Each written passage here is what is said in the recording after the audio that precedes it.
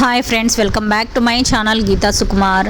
ఈరోజు బోటి కర్రీ ఎలా చేయాలో చూద్దాము.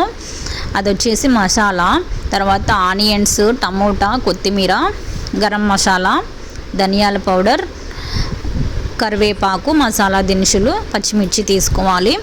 గిన్నె పెట్టుకొని వేడెక్కిన తర్వాత 2 స్పూన్స్ ఆయిల్ వేసుకోవాలి.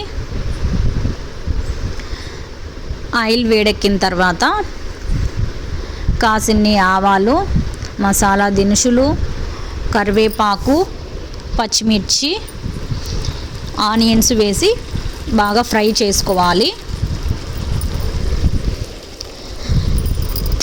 ఇవన్నీ బాగా బ్రౌన్ కలర్లోకి వచ్చేదాకా వేయించుకోవాలి.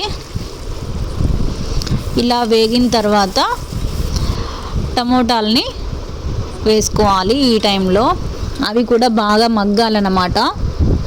ఒక 5 మినిట్స్ అలా మగ్గపెట్టేసుకోవాలి టమోటాలు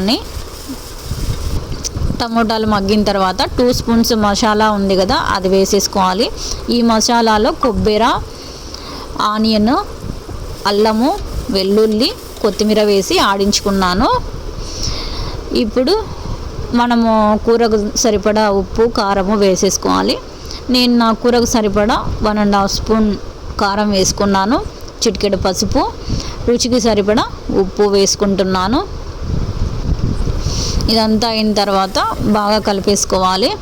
మనం మసాలా నూరేస్తాం కదా, అప్పుడు మిక్సీలో ఉన్న మసాలాకి కొంచెం వాటర్ వేసేసుకొని మనం ఒక గ్లాస్లోకి తీసి పెట్టేసుకోవాలి. ఆ వాటర్ని వేసి బాగా మగ్గబెట్టేస్తే కనుక బాగుంటుంది.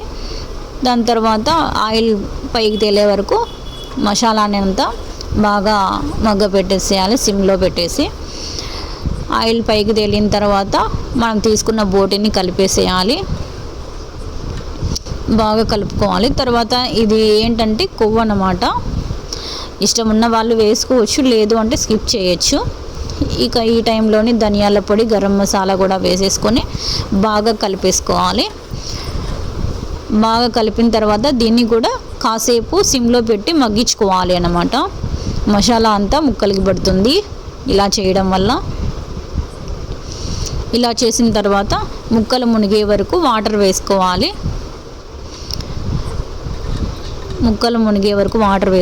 తర్వాత ఈ టైంలోనే మనం రుచి చూసుకోవాలన్నమాట. ఉప్పు, కారం ఏదైనా తక్కువైతే కనుక ఈ టైంలో యాడ్ చేసేసుకోవాలి.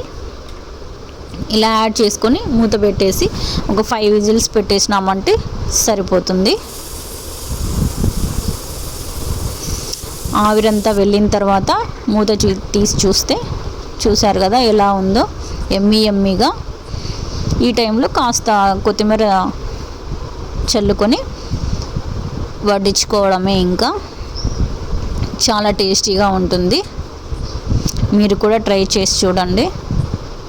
నచ్చితే లైక్ చేయండి, సబ్స్క్రైబ్ చేసుకోండి నా ఛానల్ని.